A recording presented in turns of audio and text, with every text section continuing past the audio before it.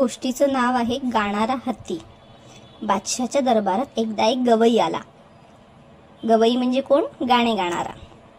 तो खूपच चांगला गात होता आणि त्याचा आवाजही सुंदर होता. दरबारात त्याची मैफिल झाल्यावर बादशाह खूपच खुश झाला. दरबारी रीतिरिवाजाप्रमाणे बादशहाने त्या गवयाला एक हत्ती भेट दिला.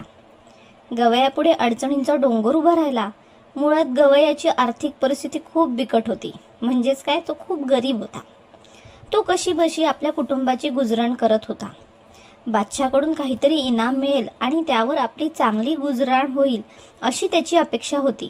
म्हणजे काय, बादशाहकडून खूप पैसे मिळतील आणि आपण खूप मस्त छान राहू असं त्याला वाटत होतं. बादशाहने गवयाचा हा प्रश्न सोडण्याऐवजी त्याच्यासमोर नवीनच प्रश्न निर्माण केला होता. आपले पोट भरत नसताना हत्तीची काळजी कशी घेणार? बरं, दुसरं म्हणजे ही भेट नाकारणे शक्य नव्हते. तसे केले असते तर बादशहाचा अपमान झाला असता.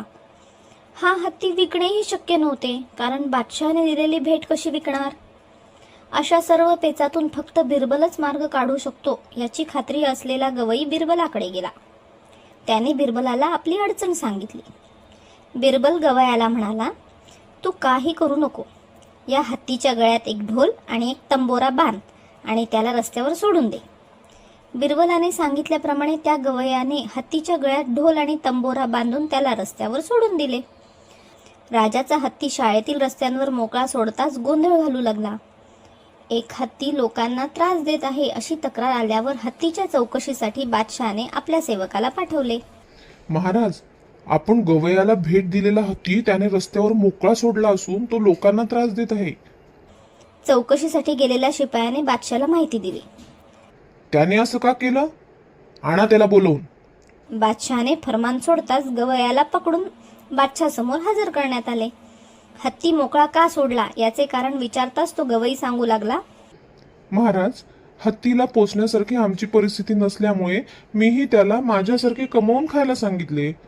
त्यासाठी त्याच्या गळ्यात ढोल आणि तंबोरा बांधून त्याला श्रम करायला सांगितले.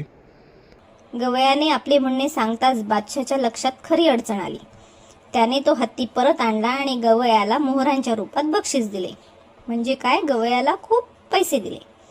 गवयाला अशा प्रकारे बक्षीस देताना बादशाह मनातल्या मनात विचार करीत होता, हे डोके नक्कीच बिरबलाचे असले पाहिजे. गवयाला थोडीच अशी युक्ती सुचणार.